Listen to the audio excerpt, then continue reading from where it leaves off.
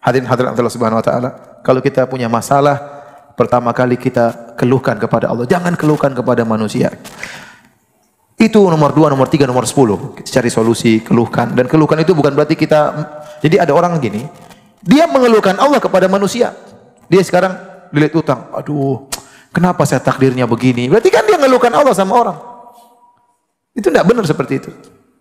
Tidak boleh kita mengeluhkan Allah sama orang.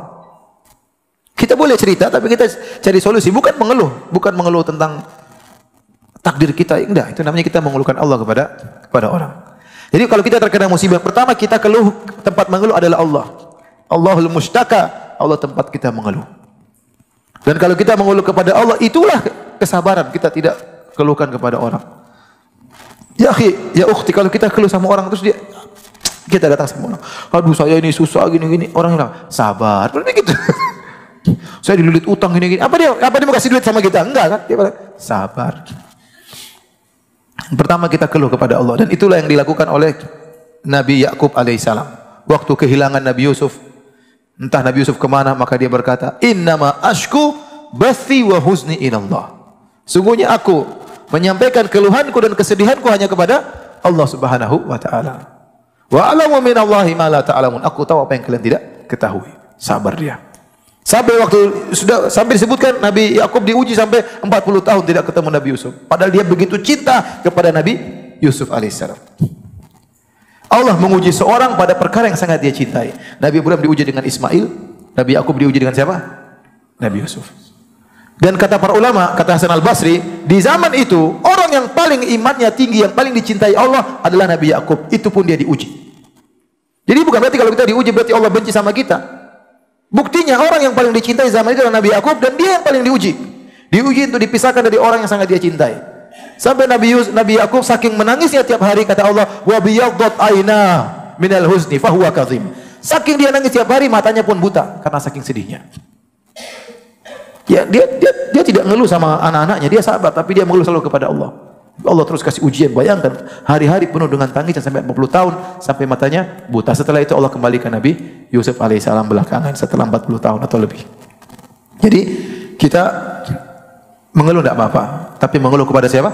Allah. Nabi Ayub waktu diberi penyakit oleh Allah Subhanahu wa taala, dia berdoa, in anni masaniyad durru wa anta arhamur rahimin. Ya Allah, aku ditimpa dengan penderitaan, Engkau adalah Maha Penyayang. Dia berdoa agar Allah angkat penyakitnya.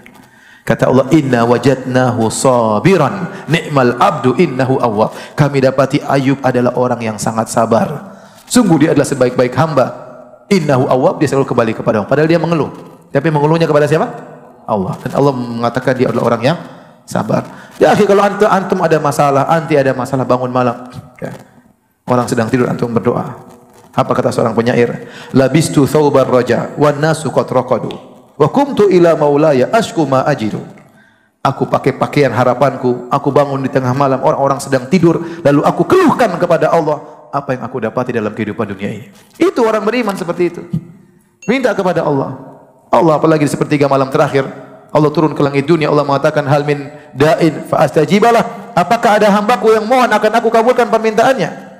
Fahal min sa'il fa'utiya su'la. Apakah ada yang berdoa akan kabulkan doanya, akan kabulkan permohonannya. Allah lagi cari hambanya, cari muka malam itu. Ente bangun cari muka sama Allah Subhanahu wa taala. Minta sama Allah, pasti Allah kasih solusi. Dan ingat yang terakhir kata Allah, wa may yattaqillaha yaj'al lahu makhraja. Barang siapa yang bertakwa kepada Allah, pasti Allah kasih solusi. Orang beriman tidak mungkin tidak diuji. Orang beriman pasti diuji. Dan orang beriman kalau diuji pasti ada solusi. Enggak mungkin enggak ada solusi.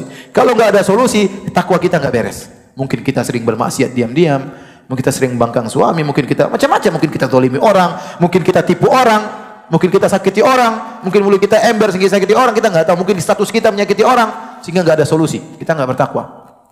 Tapi kalau kita beriman pasti ada apa? Takwa. Demikian saja Bapak Ibu yang dirahmati Allah Subhanahu wa taala. Semoga Bapak dan Ibu-ibu dijadikan sebagai orang-orang yang sabar dalam menghadapi segala musibah.